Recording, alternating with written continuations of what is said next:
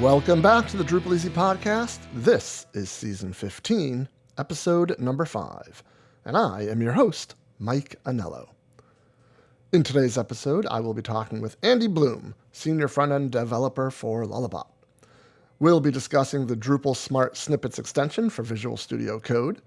Now, this extension brings some really cool and useful Drupal-y features to Visual Studio Code, including hook completion, form and render array element completion, which is really cool, and service method completion. Now, before we get to all of that, let me tell you a little bit about DrupalEasy's long-form training courses. Now, in the last few episodes of the podcast, I've been telling you all about the professional module development course. And just as a quick reminder, the light version of that course begins August 22nd, and you can learn all about that course at drupaleasy.com/PMD. Right now, I want to focus a little bit more on our beginner class, which is called Drupal Career Online. Now, this class meets for 12 weeks, 2 half-days a week, plus office hours. One of the exciting things about Drupal Career Online is that there are full scholarships available, and you can apply for them through August 9th. Over the last 12 years that we've been teaching this course, we have received just some amazing feedback from our students. Here's a quote from a recent student. "I'm impressed by the detail you are keeping for students. This shows how you value the efforts and expense we put into it. I knew the DCO would be good, but it is exceeding my expectations. I feel honored to be a part." Well, that's just amazing, and we are actually quite honored that students put all of their trust in us to help them along their Drupal journey. If you're interested in becoming part of the DrupalEasy learning community, class begins August 28th. If you want to learn a little bit more about Drupal Career Online before signing up, you might want to come to one of our free 1-hour Taste of Drupal webinars, where we answer all of your questions and talk about what is involved with the Drupal Career Online course. We have a couple of those coming up, one on August 2nd and one on August 16th. You can sign up for those and learn all about Drupal Career Online at drupaleasy.com/DCO.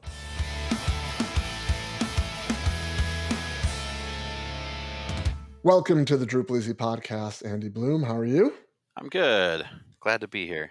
I think someone told me not too long ago that even though your name is Blum, it's pronounced Bloom. It is Bloom, yes. It's German heritage, so there's no umlaut. The guys at Ellis Island apparently didn't add the umlauts in. So you must get Andy Blum a lot. Oh, all the time, yeah, and it's totally fine. But Well, I'm kind of proud of myself that I introduced you properly. I forgot who told me, but so you are a senior front-end developer at Lullabot. I am, yes. And you're pretty active in the community. I think you're one of the maintainer of Olivero currently, right? I am, yeah. I am the better one over Mike Herschel. Oh, well, that's for sure. Absolutely. How long have you been in the community? I started working in Drupal around 2016. And I made my Drupal.org profile shortly after that. So however long it's been since then. So I guess 7-8 years. Yeah. What were you doing before that? Just out of curiosity. Before I worked as a Drupal developer, I was a high school science teacher. Oh, all right. Like with beakers and explosions and paper Well, no, chromatography? so I taught anatomy and physiology and environmental science and physics over the span of 3 years, and then bailed on the profession. Yeah. Yeah. There's not much more to say about that. It's very different. And that job is only getting more difficult. Yeah, a lot of work on teachers for sure. For sure. All right. Well, we're not here to talk to you about that. Oh, I do want to mention, because I have it on my list, you're also one of the community mentors for Drupal Career Online. So public thank you for that. Public, you're welcome. We're here to talk to you today about a really cool extension that you have written for Visual Studio Code called Drupal Smart Snippets. So real quick, just kind of what's the 10,000-foot view of what does this extension do? Yeah, so Drupal Smart Snippets provides a number of snippets for use in Drupal development. When I started working in Drupal, I came in as a front-end developer, still obviously front-end developer, And doing some of the more Drupal-y things was always a little rough, and I would always find myself going to look up documentation or code samples or something somewhere for all of the various hooks. And so, you're writing, a hook, preprocess hook, and you're like, okay, what's the first hook mean? What's the second hook mean? What are the arguments in this function, and how does this all need to be written? Because it's all in PHP, and so I might know the specific thing I want to do in the hook, but all of the boilerplate code there was something that for the longest time escaped me and I could never remember it. And so I wound up making this extension. Well, actually, I guess I should say I started by using some other Drupal 8 snippets extension. And around the time Drupal 9 was coming out, I realized there was a hook somewhere that I wanted to use that wasn't in the extension, because whoever made that one made it once, put one thing up there, pushed it, and then just never touched it again. And so I thought, well, let me open an issue on that one. Let me open a PR to make all the new snippets for them. And nothing ever came from that. So I was like, well, I guess I'll just make my own. Right. So I did. So for a long time, I believe that one was called just Drupal 8 snippets, right? I think that's the one that it was. Yeah. Yeah, and for a long time, and it may even still be this way, I'm not sure, but there is a documentation page on Drupal.org for like recommended Visual Studio Code extensions and configuration or something like that. And for a long time, it was the recommended extension. Yep. And I don't believe it's been updated since 2018 at this point. Yeah. I just pulled it up, and its last commit was 5 years ago, and it was built on the Drupal 8.6 snippets. Right. So it was getting a little crusty. Yeah, and it has almost 50,000 installs. So there's probably people out there still using this one that just don't know that, hey, there's an alternative that's up to date now. Yeah, and when we talk about a little bit more about what the extension does, I think people are going to be sprinting towards the new version. So let's go back to hook replacement, because this is something that if you're a PHP Storm user and you check that little Drupal project box, you kind of get that baked in. Hmm. So that functionality, the hook autocomplete, hook replacement, whatever you call it, that I don't want to say it levels the playing field, but that was a big one for Visual Studio Code Sure. developers to actually have that. But then over the past, I don't even know, 2, 3, 4 months, you've added a couple more really cool bits of functionality. And I think these are the two that we're going to talk about are the ones they're kind of like game changers, because these are both things that I don't believe PHP Storm has out of the box. I don't have a ton of experience with PHP Storm, but I think you're right. I don't think this is something that exists in PHP Storm, and I've heard from people that I've showed this to and say, "Hey, can you sanity check me on this?" And they're like, "I've never seen anything like this before." The two things that got added, and these were actually community contributions from Michael Chen, Mhm. who I believe is in. I don't want to misspeak. I think he's from Hong Kong, but he opened up an issue and opened up a PR. We worked on a couple of things, and the first thing that we added in was form and render array elements to it, so that if you know what element you want to put into your form or into whatever render array, you can type at render or at element, or there's, I think, one other prefix that you could use, and then say, I want a text input, and it will auto fill in the render array for you with typed text and a title and the translation function and some other stuff. It also gives you a drop down of the available form element type. It does, yeah. So you could, if you're like, I know I want something, but I forget what it's called, you can just start scanning through. And VS Code has a really nice fuzzy match. So if I'm thinking I want, I think it's called details. You can at element and then DET, and you see, oh yeah, details is there, and you can select it, and it will auto complete it for you. Yeah, this is one of those things where if you're building custom modules and you're using hook form alter all the time, or you're building a configuration form for whatever, I know, speaking from experience, for the past few years, there's a lot of frustration with the Drupal docs because there's no one page that shows you all of the different types of form elements and all of their available potential attributes. Now, we had like this big, obnoxious, super wide table in Drupal 7. I don't know if you remember that doc I page. do, yeah, Yeah, it was like yeah. it was like 13 screens wide, and you had to scroll horizontally, but it had all the information there. Hmm. And so for me, when you first told me about this feature and I saw it, I'm like, oh my gosh, this is going to save so much freaking time. Yeah, the one kind of caveat I would throw onto that is that the snippet that auto populates in for you, first off, it brings off everything it knows about. So it's not like it brings in and says, "Hey, here's the, here's the 5 things or the 10 or however many things are available to you." It just says, "Here's all of them." Blap, there it is. And if you want to get rid of them, you can. And I guess deletion is much easier than finding what options are available. But one potential issue, and maybe we need to open a new issue on the Git repo and somebody else can come in and figure out how to do this, is that we don't actually put everything on. So for example, we don't add an attributes key, we don't add a wrapper attributes key. And so these are things that you could add to your element that are valid on, any render element, but that we haven't explicitly thrown in for you. So I wouldn't want to say it's the end all be all. Here's every option you have available to you because that would be a really long list. Right. But we do give you the most important ones. Yeah, it's like the 80 or 90% of the stuff that you're looking for all the time, Yeah, which is yeah, it's fantastic. So what's the other big feature? yeah. The other one that came in that was actually a surprisingly simple add is all the services that are defined in Drupal core. And so if you look in the core repo, there's a core.services.yaml file, and in there you've got a list of all of the defined services as well as the PHP class that is behind the scenes for that service. And so now you can also type in at service and start searching. It does that same big drop down list where you can scan through everything or do some fuzzy searching to find, I want the current user service. And it will save that service to a PHP variable and it will give it a PHP doc comment telling you the type of the thing that's being returned. And that way, when you're using some other extension, like the one that I recommend is PHP Intelephense by Ben Mewburn, and by annotating that.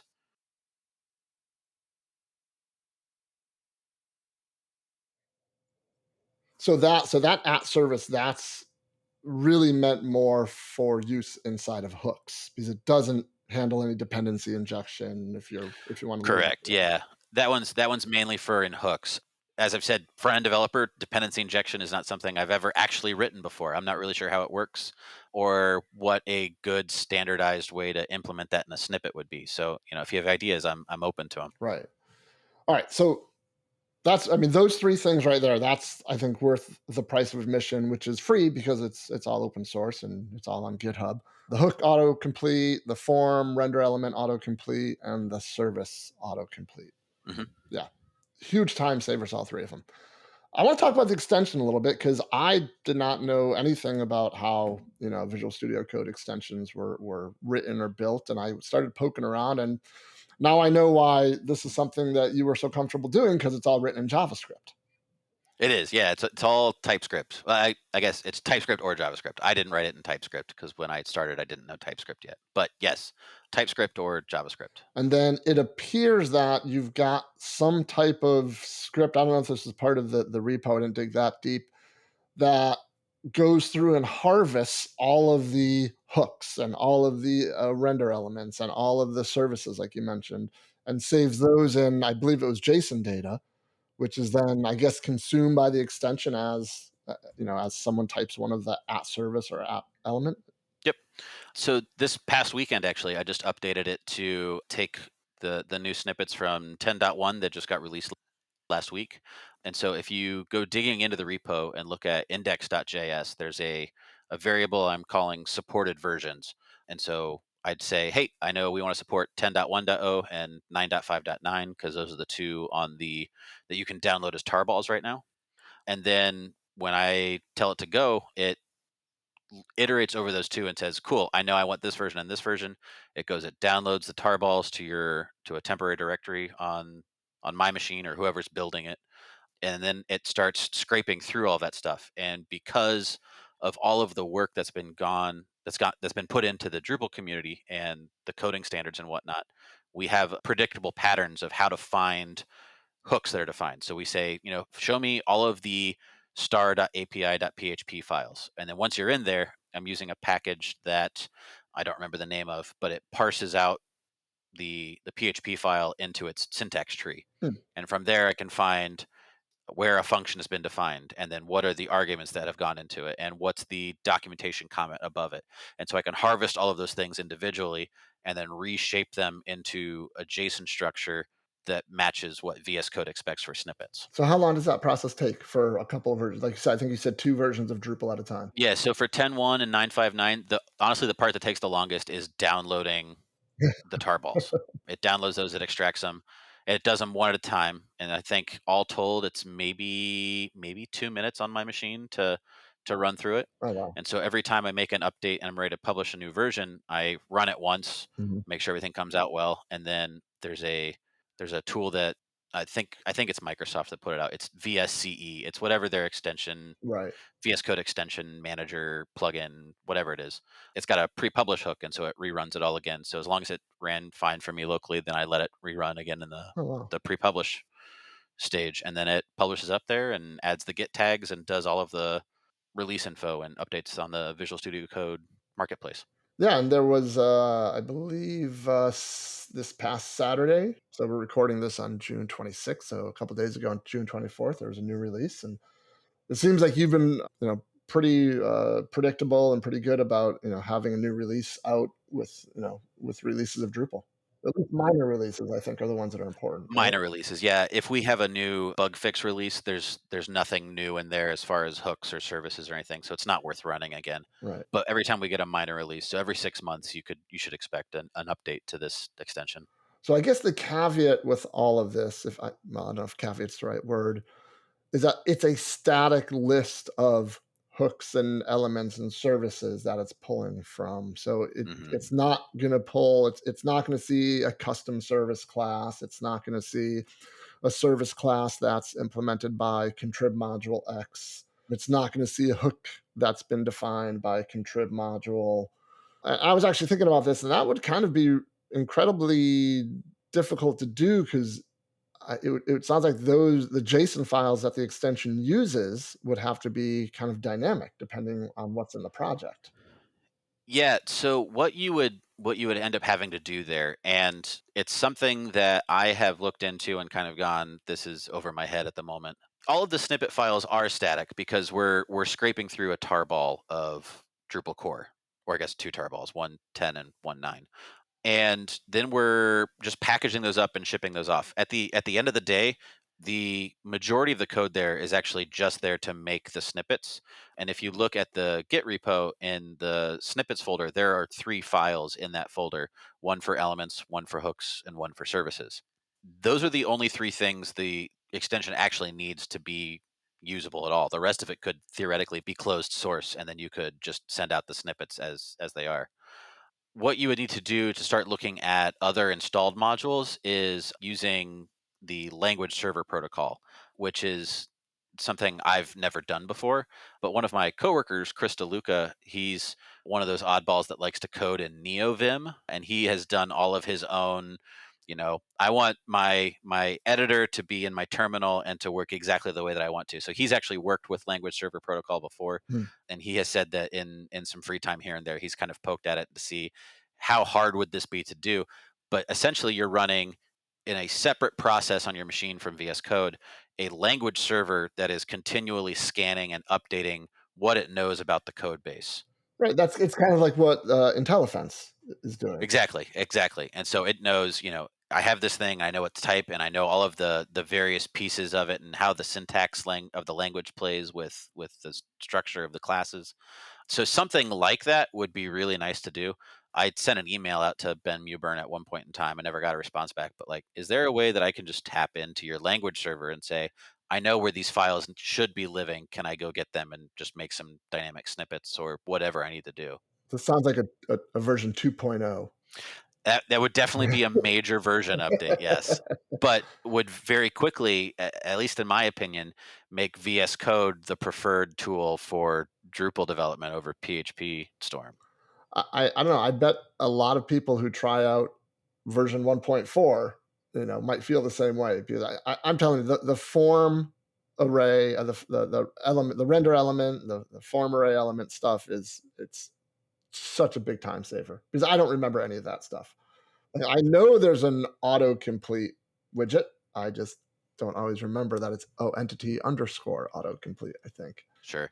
And like, what's the, I know that in there, there's an attribute for saying it's a node or a user or what I'm going to autocomplete on, but I always have to look it up. So huge time saver. So where else do you see, like, is there other low hanging fruit that you or other contributors, might want to look at in the near future before the big 2.0? So there are currently 3 open issues on the repo, and they're all currently marked as on hold. Yeah. One of them, I think, came from one of your students about the types of adding types to hook declarations. I'm not 100% sure what that one is, but it's a hard one to do with just generating the static snippets, and there's not really a way in the VS Code API to define the stuff that I think this person is asking for. All right. On top of that, removing Drupal 9 support in November of 2023 is just on hold. It's just there. And then the other one that will be interesting and is also on hold because I don't think it's possible yet is downloading the source files from GitLab rather than the tarballs from Drupal.org, because eventually the tarballs, I think, go away. Yeah. All right.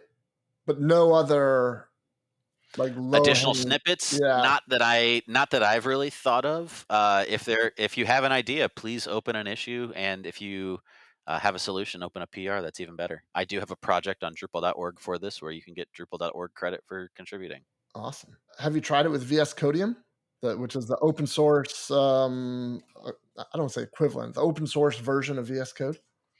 It should work with vscodium. I've not tried it with like a local install of vscodium, but it does work with the in-browser thing you get from Gitpod. Right. They are vscodium based, and their extensions are from OpenVSX, and so the same exact code base runs the exact same stuff.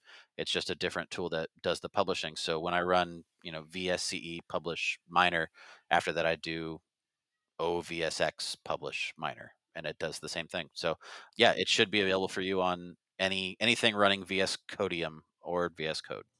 And now this is more for my own curiosity. It's probably good for the podcast too. But what other Visual Studio Code extensions do you use that are ones that you say, like, you have to have? We mentioned Intelephense, Yeah. but are there other kind of Drupal-y ones or maybe Drupal adjacent ones that you swear by? Yeah. Yeah, let me open the list here and see what I've got installed, and let's go on the list. I use auto close tag by Jun Han. Hopefully, I'm pronouncing that correctly. But that one will automatically add a closing tag in HTML markup. Works also in Twig as long as your file associations are correct. That same author has one called auto rename tag, where if you change if you have say an H1, you went, oh, I want this as an H2. If you change the first one, the closing tag also updates. I have a duplicate action by MRMLNC, which adds a duplicate action to the context menu. So if you right click on an item, instead of having to copy it and then paste it in the same directory, you can just duplicate it. And I use that one to map a keyboard shortcut to Command D, so I could just duplicate a copy of a file with Command D. Let's see, what else do we have here? I use Git Graph a lot by M. Hutchie. Oh, Git Graph is nice, especially if you're working and this one works outside of Drupal as well, but it's really nice to be able to see like where merge requests happen and just get a nice visual look at where everything happens. For a long, long time, I was a GUI Git user, and I made it a personal mission to do more in the command line. But Git Graph is nice to just have your Git flow in a UI in VS Code. Let's see here. What else do we have? IntelliSense for CSS class names. PHP Debug by Xdebug, which if you don't use Xdebug, that's something you should learn because it's like a superpower. PHP DocBlocker by Neil Brayfield. Intelephense by Ben Mewburn. A YAML one by Red Hat. what is that one? It's just YAML by Red Hat. Oh, It's YAML. YAML language support. I heard something different. Oh, okay.